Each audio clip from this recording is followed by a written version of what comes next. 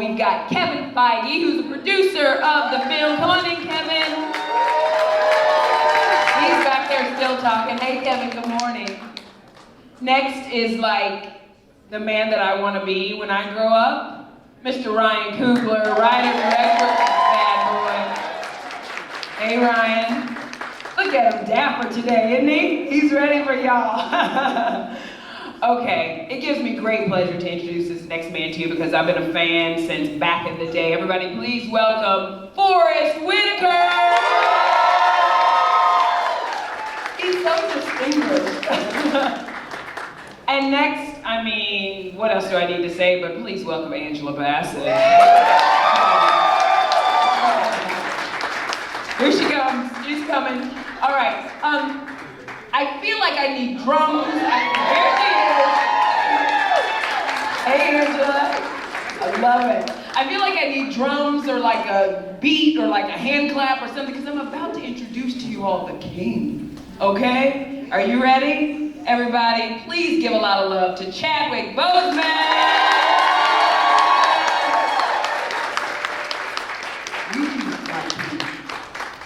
All right. Okay, we're gonna keep this thing moving and don't boo him, clap for him when he comes out here, okay? I'm not kidding. Everybody give love for Michael B. Jordan!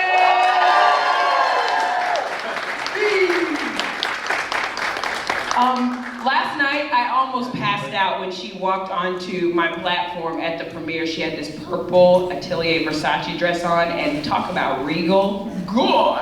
Everybody please say hello to Lupita Nyong'o!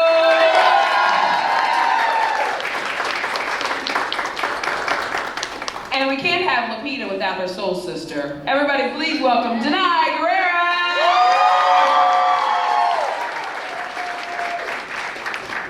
Now I want to take a special moment to introduce this one to you because I just need Hollywood to please say hello to Letitia Wright. Are you kidding me? Are you kidding me? By the way, who in here seen the movie?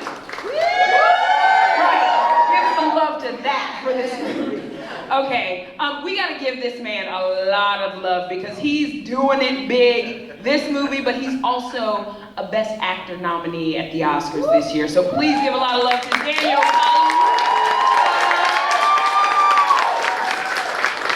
Hi, Daniel. All right, we're filling in here. Andy Serkis, keep on coming. Give me some love, guys.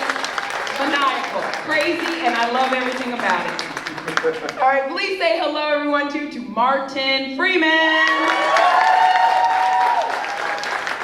And last, but certainly not least, I mean, he takes up the room, so we had to save him for last, everyone. Please welcome Winston Duke. All right, okay, let's give love to your cast of Black Panther. All right, y'all ready to talk? Yeah. Okay. So, I'm still trying to get my life together after last night. I don't know about you guys. I went to bed in the land of Wakanda. I woke up still in the land of Wakanda. I could not get this movie off my mind when I saw it. And I know you guys were so excited. Lupita, when they were introducing you all last night before the screening started, you did like this little dance, like of excitement. I felt like she can barely contain herself. She's so excited. What was going through your mind and how are you feeling when you knew the lights were about to go down and we were about to experience Black Panther? I mean, I've been waiting a long time. And I was just so excited because this was a movie that we all felt a lot of ownership of and that we thoroughly enjoyed making. And you know, when you make a movie like this, of this scale, so much happens between the time you perform it and the time you see it, you know, all the computer graphic stuff. Wakanda was built in a room with Ryan and the incredible design team, you know, and so to see it alive, to see it almost like three-dimensional was what I was looking forward to, and of course to see it with everyone. It was amazing. It really was.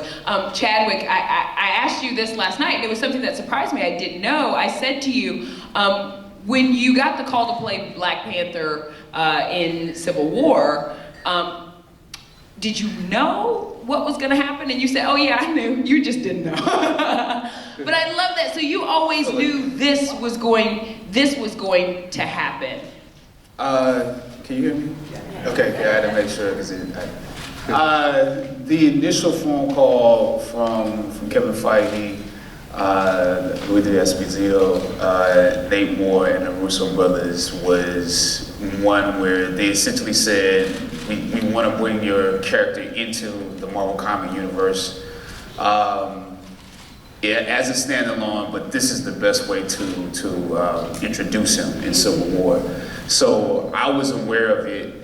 And I think when I was shooting Civil War, I was not aware that other people weren't aware that this was going to happen, because it was such at the forefront of my mind. You know, when we did the introduction of El Capitan. So I'm sorry that you didn't know it, but at the same time, I love the fact that it's a surprise to people. Yeah, Kevin, why Chadwick for Black Panther? I think you hear people say this all the time when you're in a setting like this, but he was the only choice. Really? We were, it may not have been this fast, but in my memory, we were sitting around a table, we were coming up with a story for Civil War. Nate Moore, executive producer, suggested bringing in Black Panther because we were looking for sort of a third party who wouldn't necessarily side with Cap or side with Iron Man. And almost instantly we all said Chadwick. And in my memory, although maybe it was the next day, we got him on speakerphone right then. And he was in the back of the limo, and where were you? We were in Zurich, yeah, Zurich. And I was coming off of the red carpet for Get On Up. And my agent was like, you got to get on the phone. And the crazy thing is, I didn't even have international calling on my phone until that morning. And I literally heard something say, hey, get international on your phone, call your mom. It's some important stuff, literally, that happened, and then that night. And it was born. I love, this movie has been trying to be made for so long. I don't believe in coincidences, so even though I know some people would have liked to have seen it gotten made a long time ago, this was the time for this movie to be made with this cast, with this director, right here. I mean, you did something special, Ryan. I know you were really nervous and excited, but once you saw it last night and you heard the response from the audience, what did you think? Oh man, I felt I just felt incredibly blessed, you know, to have the opportunity to make the film this way, to make the film with this studio, you know, working with Kevin and his team, Victoria Alonso, Rudy Esposito, and Nate Moore, who Chad was just talking about. It's been like just an incredible opportunity, man. It's not something I ever imagined, you know, would happen. Right. And then to be able to work with some of my mentor and people who I've watched, you know, for my whole life, and some friends that I've made through this process. I mean, it was incredible. I had like 50 of my family members there, all from the Bay Area. They were like talking at the screen. But that's the good stuff, though, right? I just felt really fortunate, you know, more than anything, I'm really fortunate for the opportunity. I told you this last night, but it was 5 years ago, right about now, that I met you when you came to Sundance and you were doing Fruitvale Station. You were talking about Fruitvale Station. No one knew who you were. I remember you, Forrest, Michael B. Jordan, all of you all, and it was like, Forrest, I even remember you saying, like, this man is the truth. Like, just wait till you see what he's going to be able to do. Yeah, I mean, I knew it from the moment that I met him. I mean, when he started to express himself, and I could feel like the center, you know, what he wanted to communicate to the world, and how he wanted to touch the world, and really it was a really powerful thing to see. And I think when he started to talk to me about his ideas, at that time, he was in school, I remember thinking, you know, this person, if he's given the right space, is gonna, you know, do something that can change, you know, our lives in some way. And I thought that Fruitvale was that thing. That was the thing that he suggested, one of the projects he had. Really believed in it, and I was fortunate enough that he felt comfortable with us, like producing it for him and working with him on it. And it's, for me, I'm just blown away, you know, just watching this grow every time, just seeing really how he's able to just manifest so much importance, you know, in socially relevant moments. inside of things that we want to sit and watch. And so it's been quite a powerful experience for me last night to watch that. Yeah, Michael, I see you nodding your head, and I feel like this movie had so much intention. And when I saw that last night, that I think is what sat with me the most. Because I think I had a little bit of faux hype when I first got on the red carpet. I was like, okay, am I ready? Am I ready? But when I saw the movie, I'm like, oh, okay, this is what it means to feel good about who you are and what you look like, and celebrating blackness and oneness and family and culture and all of that. Do you agree, Michael? No, I definitely agree. Last night was the first time I saw the film, and I think I had a little bit of that. I called Ryan, the night before, and or the day before, and I was like, man, I'm anxious, I'm nervous, man. I don't know, kind of like what to expect. Man, he said, look, man, just look at it and try to be a fan, just watch it. You know what I'm saying? And try to enjoy the movie. And I was like, in the back of my head, I'm like, yeah, that's never gonna happen. But I'm gonna try. And when I sat down with my family, and this family, and the audience, and I had that same type of reaction, like, man, this is what it feels like. There's nothing that I couldn't describe that feeling before actually sitting down and watching that film, and seeing yourself on screen, not me personally, but people that look like you, in power, and having those, socially relevant, themes, but in a movie that you want to sit down and watch and you can enjoy, that Marvel does so well. So I think it was a really good balance, and everybody won. Everybody did amazing jobs and performances, and it was an incredible film last night. I've never had empathy for a bad boy before, so just so you know, happened last night. This goes to Angela, Letitia, Denai, and Lupita. This film is Black Panther, but I feel like it really could have been called The Badass Women of Wakanda. So thank you, Ryan, for that, because ladies, I was so proud and so excited, and the woman next to me literally turned to me last night and said, why are you smiling so big? And I was like, because look at these women, look at them. I mean, how proud were you all to look on the screen and see yourselves in that last night? What are you two laughing about? We need to separate these. No, because we were like in a dark theater. So just so you know, my nickname growing up was Kool-Aid because they said I had a Kool-Aid grin.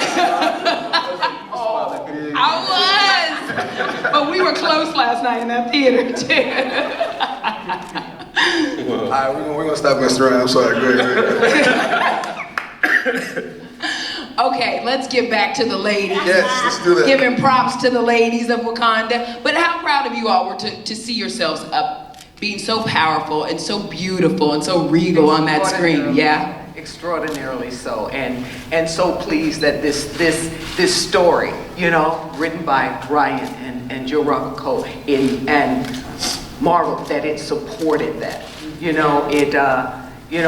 African culture, they feel as if there is no king without a queen, and I think in this story it highlights the queen, the warrior, the general, the young sister, So I was so proud to have my daughter and my son there last night, because in their faces and in their spirit, and that they were feeling themselves. Yes. And they stood taller after last night. And they were fully developed female characters too, which, and a lot of times in movies, and sometimes, comics have a kind of weird history sometimes with female characters.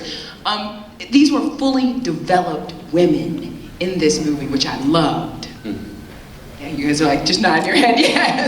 Yeah, okay, I'll talk. When Ryan sat me down and talked to me about his vision and the story and the characters and the women, I was just floored, because you don't actually get to hear that often.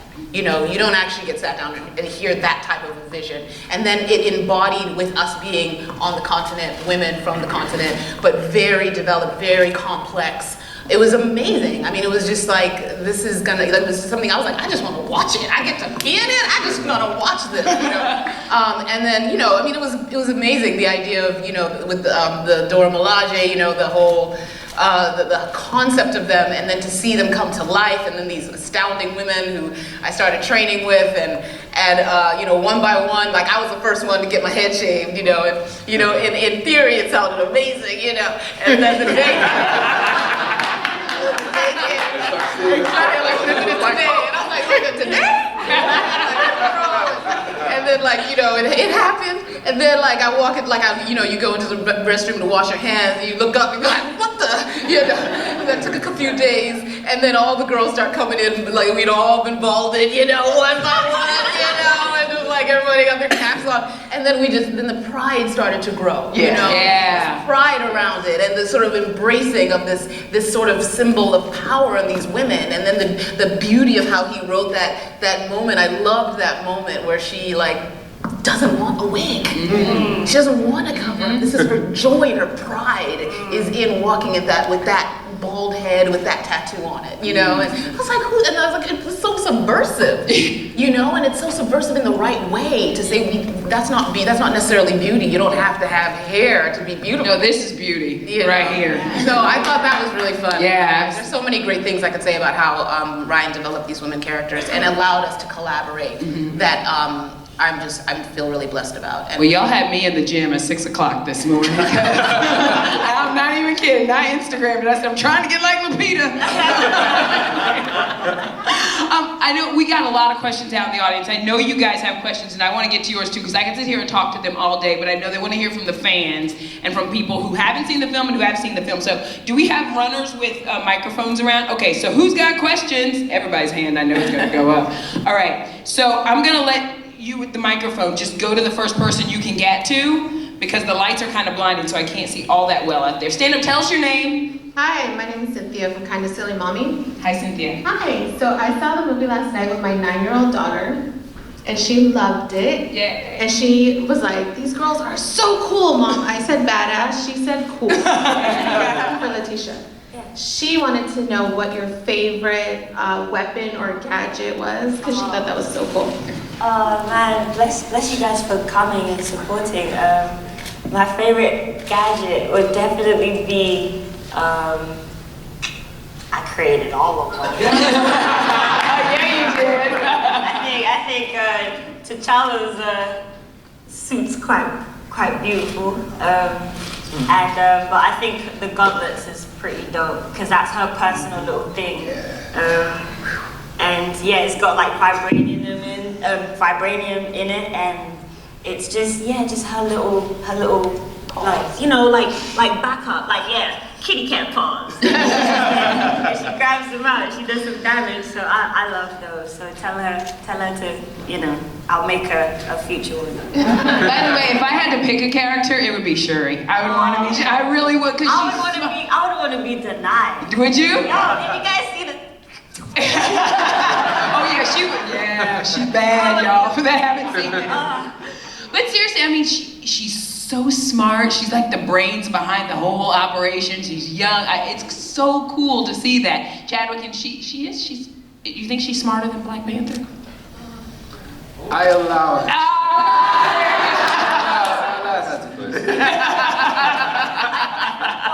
About it as well, with how it was written, is that the men are always behind the women as well, so no one's like undermined, like the men are not like, you know, you shouldn't be in technology and you shouldn't be in maths. They're like, no, go ahead. Like, so T'Challa is like, go ahead, sis, this is your department, this is your domain, like, kill it. And then I'm gonna work with you to finalize it, because he's dope. But then it's like, okay, like, just do your thing, stay in your lane, and then, you know, but he's just, that's a mentality of a king, and that's brilliant. So everybody's got their own lane. Yeah. But she's cooler than him, but not smarter than him. but she's still.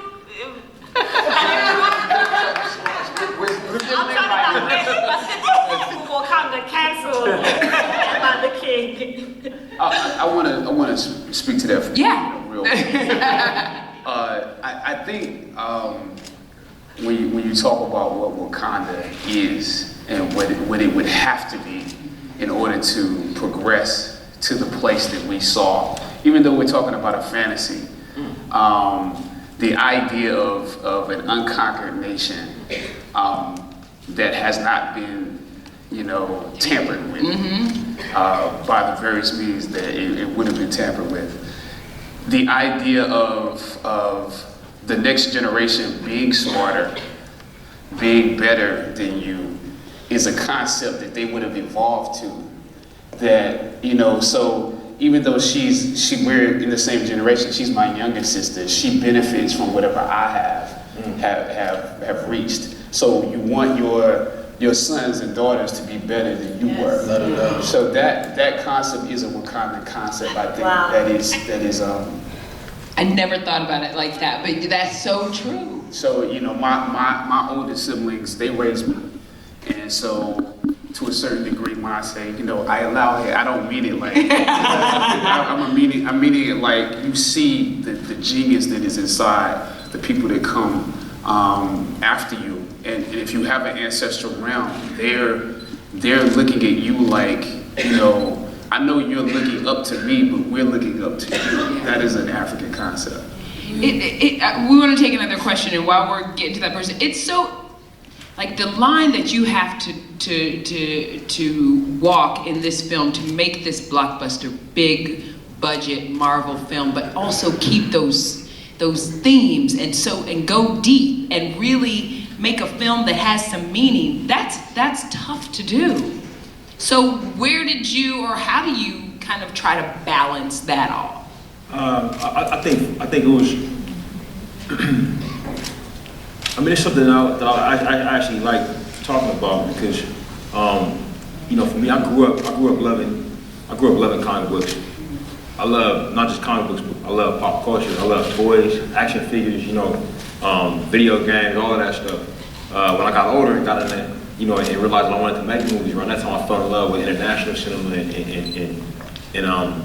cinema that left you with something to chew on, with something to think about,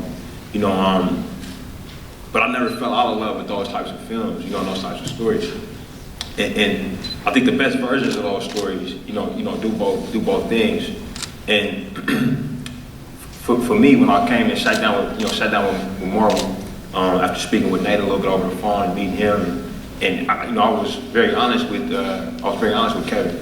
And you think of Marvel like this big huge studio, it's like, oh man, like the biggest studio in the world right now. But it's really just Kevin and his two friends. That's really all it is. Let's get in there, it's him. It's like the Wizard of Oz. It's Richard Pryor behind and it's these two really smart people he works with, Louis D'Esposito, Victoria Alonso, and on this film it was Nate. They're all very different from each other, and Kevin's kind of at the head of this. And I told him, I said, I want to make a film that works on every level that you guys films work on, and I want to make it with these themes. I kind of have these themes in mind.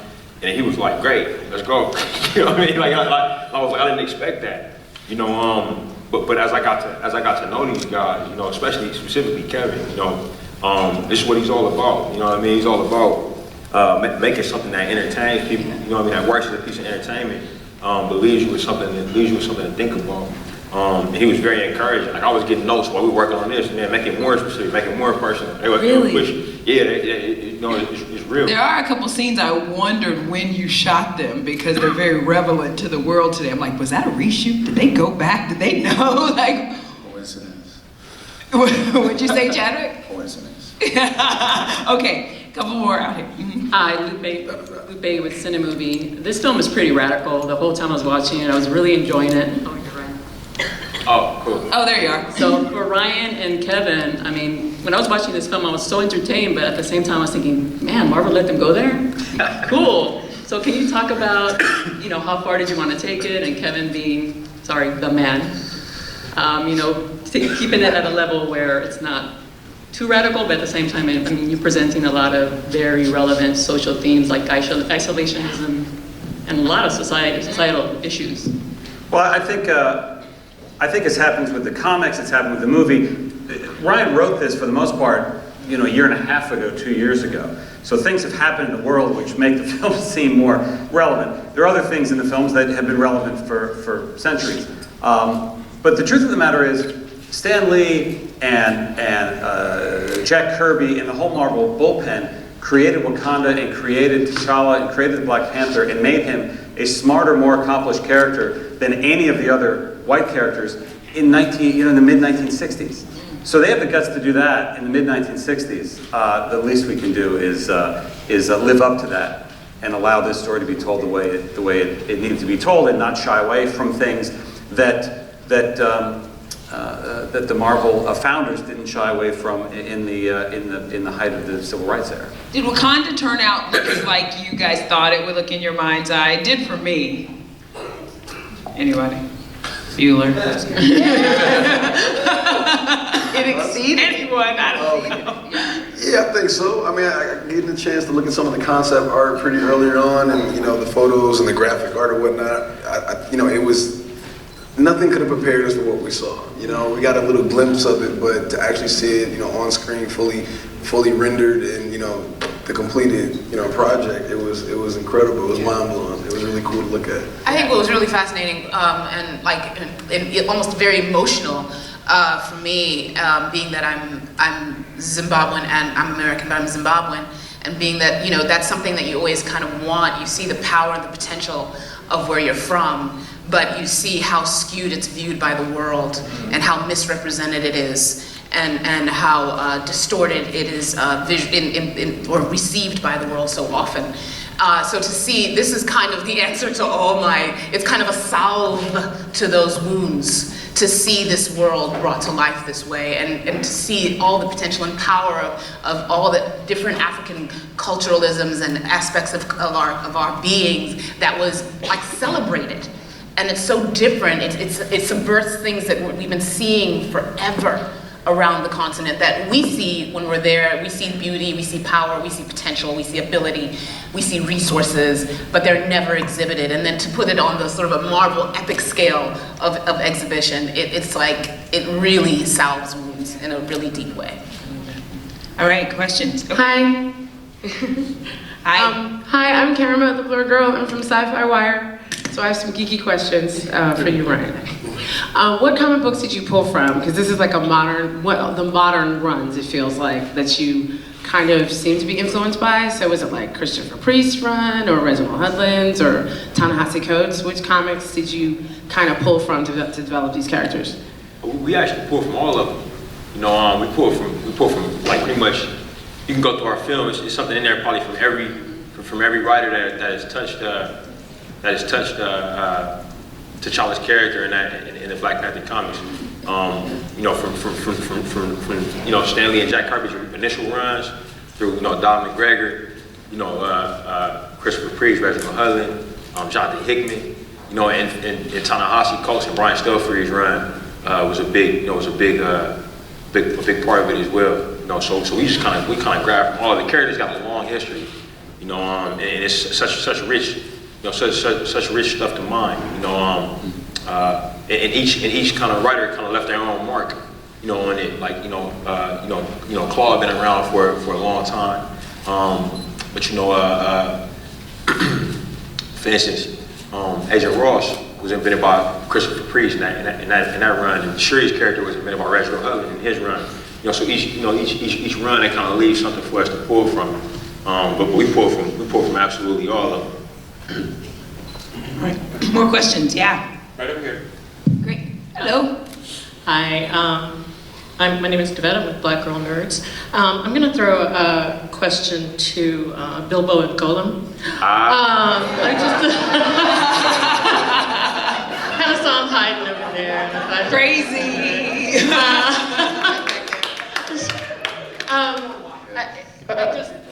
I just wanted to ask, you're in this incredible experience with all of this African talent, African descendants talent, actors behind the cameras, crew. How did that, or will it, you think, affect your worldview and your view as artists from, you know, your culture, basically? Actually, we were just talking about it earlier on. It was very funny because you reminded me of a story of Ryan saying to us before we were about to do our scene. Ryan came up to us and said, "You know, I've never actually directed 2 white actors before."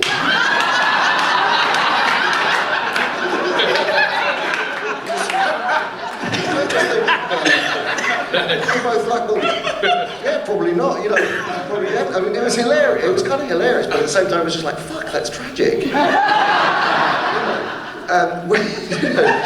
know, kind of insane, and kind of like weird, but it really was, I mean, it was an incredible experience working with Ryan. He is one of the most brilliant, you know, wonderful, warm, humble, incredibly clever, articulate, visionary directors, and just to be part of this was just, well, for me, I mean, I know you felt it. I hated it. Did you? I felt bullied.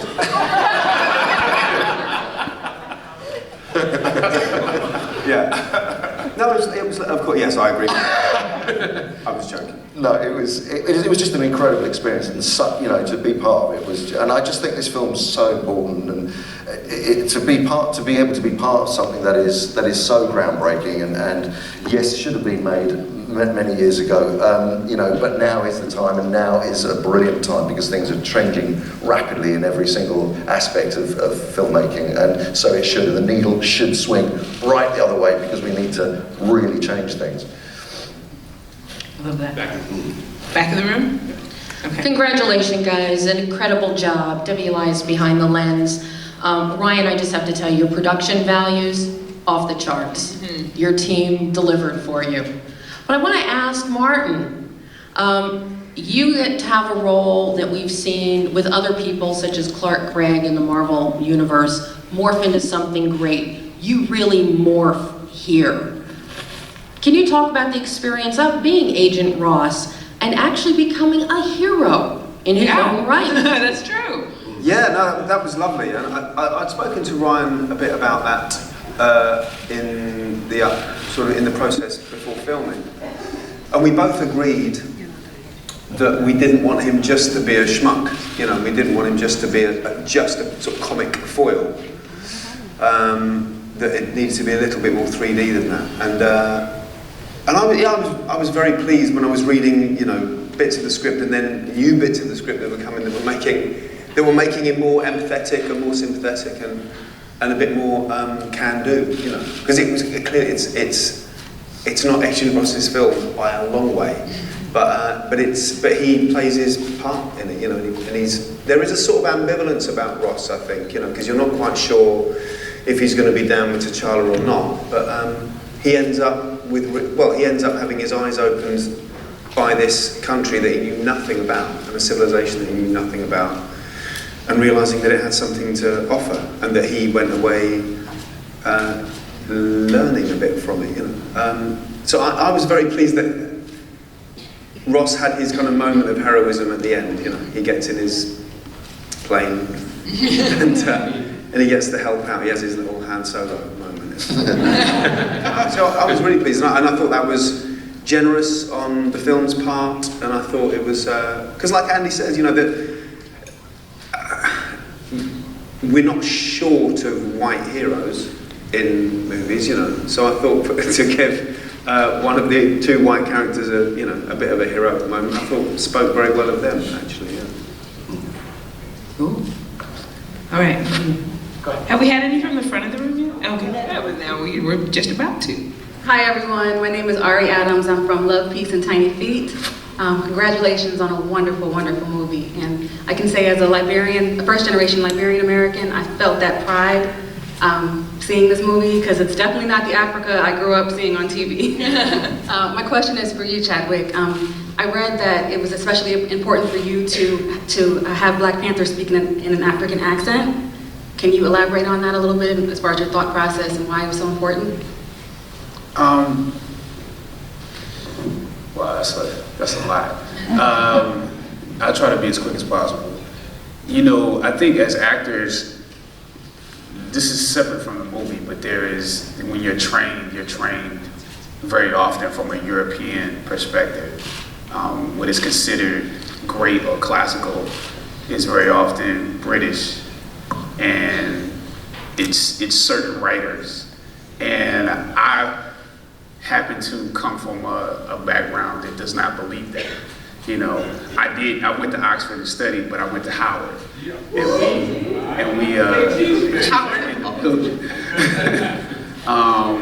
And we were taught to respect our writers and our classics just as much, and believe that it takes the same skill level and same technique, and sometimes techniques that are a little bit different, to pull that off. And so I think you have to tell the stories and be true to yourself as an artist. And in this, there's no reason, you know, because there was a time period where people would ask me questions about whether or not an audience could sit through a movie with a lead character who spoke with that accent, you know. And it was not Kevin, by the way, so just making sure you know that. People outside of Marvel as well.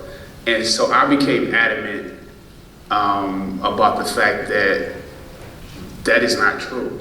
That the intonations and melodies inside of an African accent are just as classical as a British one or a European one.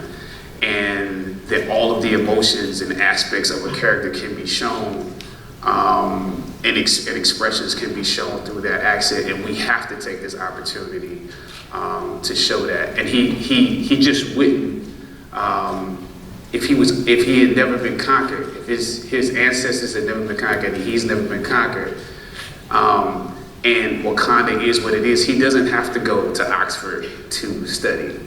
He doesn't have to go to Cambridge or Yale or any place to study. He actually got his education at home, and he would not then assimilate a language that is the colonizer's language in order to speak to his people. So he had to speak with an African accent. Okay, I have time for one, maybe two more questions, depending on how quick they are. So where are we going, right over here? Okay. Hi, Brooke Obi with Guidepost. You'll have to forgive me, I've been crying for the past like 12 hours. Y'all are so beautiful. This movie is so beautiful. You should be so proud. I think the main morality issue of this movie is whether you can self-preserve and also save the world. Like, there is a cost. And so I'm wondering if that's how you all feel, that if you were going to be able to save masses of people, that there would be a significant cost to self or risk to self, and how you feel about that. Anybody can answer. Thank you. We haven't heard from Daniel. Hello. That's a very deep question. It's a good question for you because you're the boy to try. I mean, that's Wakabi's battle. He kind of feels like of what I believe, I feel. Please say that again. Like, I need to understand. Do you believe that there is a cost to yourself if you're going to go and try and save the world? Because I know that Wakanda has been able to be what it is because they have put self-preservation first. And the threat is that Wakanda will not be the same, that vibranium could be used against them. So understanding, like Lupita's character was, that you may risk something to yourself, but it's worth doing. 100%, because you don't know where that grows, what that grows into. One of the things that drew me to this film was a conversation with Ryan talking about Katanga, which is a district in Congo, which I thought was the inverse of Wakanda, where it's like this area where it's like it's got so much resources, but it sacrificed itself for the benefit of the whole world.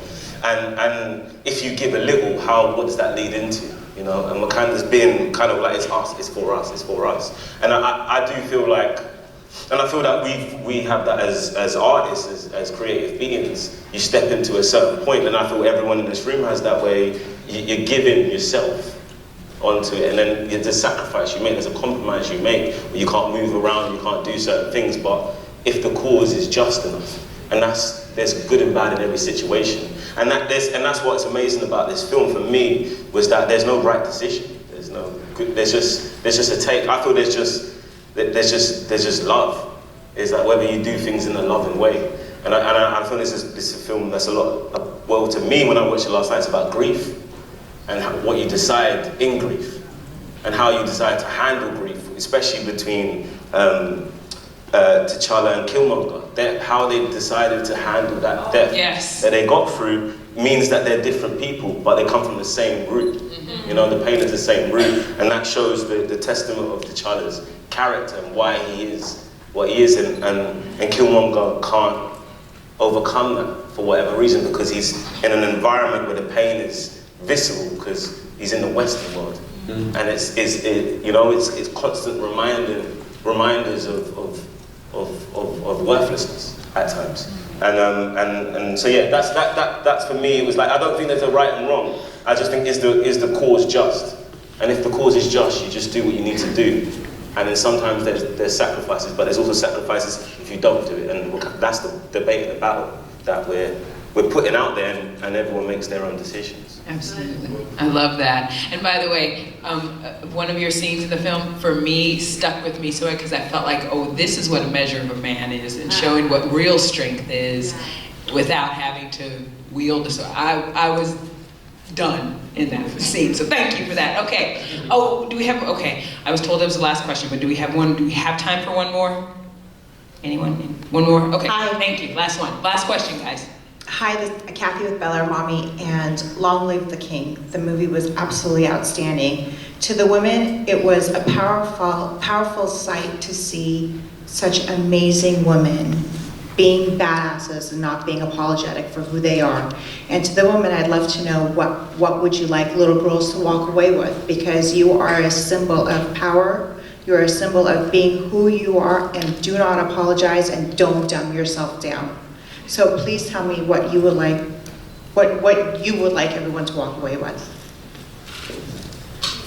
Well, I would say what I love about the way this film represents women is that each and every one of us is an individual, unique, and we all have our own sense of power and our own agency, and we hold our own space without being pitted against each other. And I think that's a very, very powerful message to send to children, both male and female.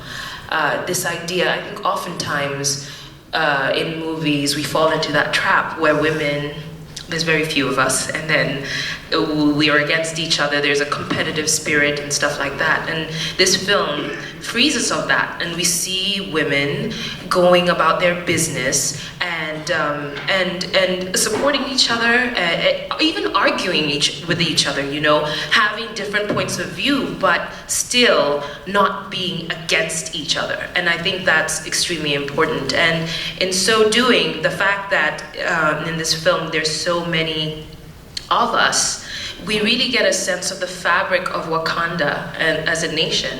And we see women alongside men, and we see how much more effective a society can be if they allow women to explore their full potential. Absolutely. Yeah. But one more, just to add to that, speaking for some folks that were involved with the film who aren't here to speak for themselves, this film had involvement from brilliant women all over it, from start to finish.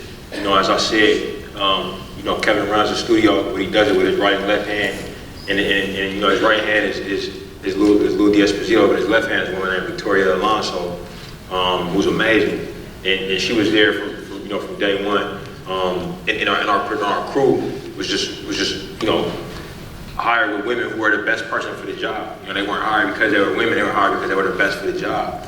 And that was our cinematographer, Rachel Morrison, our costume designer, Ruth Carter, our production designer, Hannah Beaker, and our first assistant director, who was responsible for getting everything going, Lisa Satriano.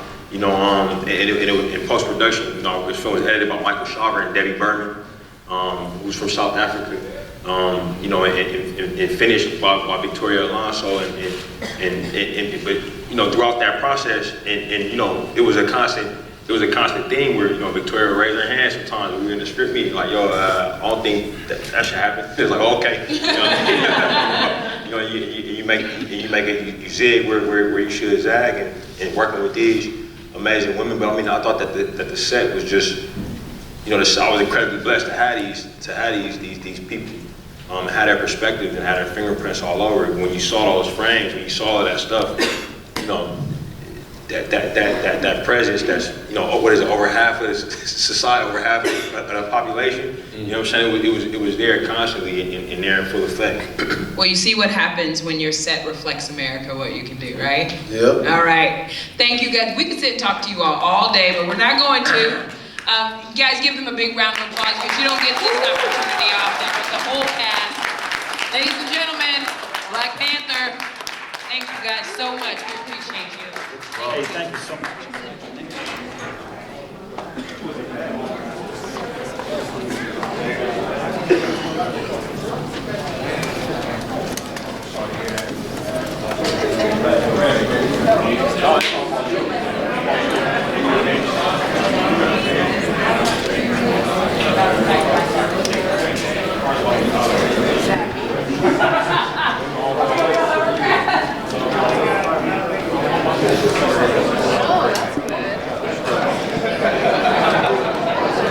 Just like same fast time that we thought we were going to get.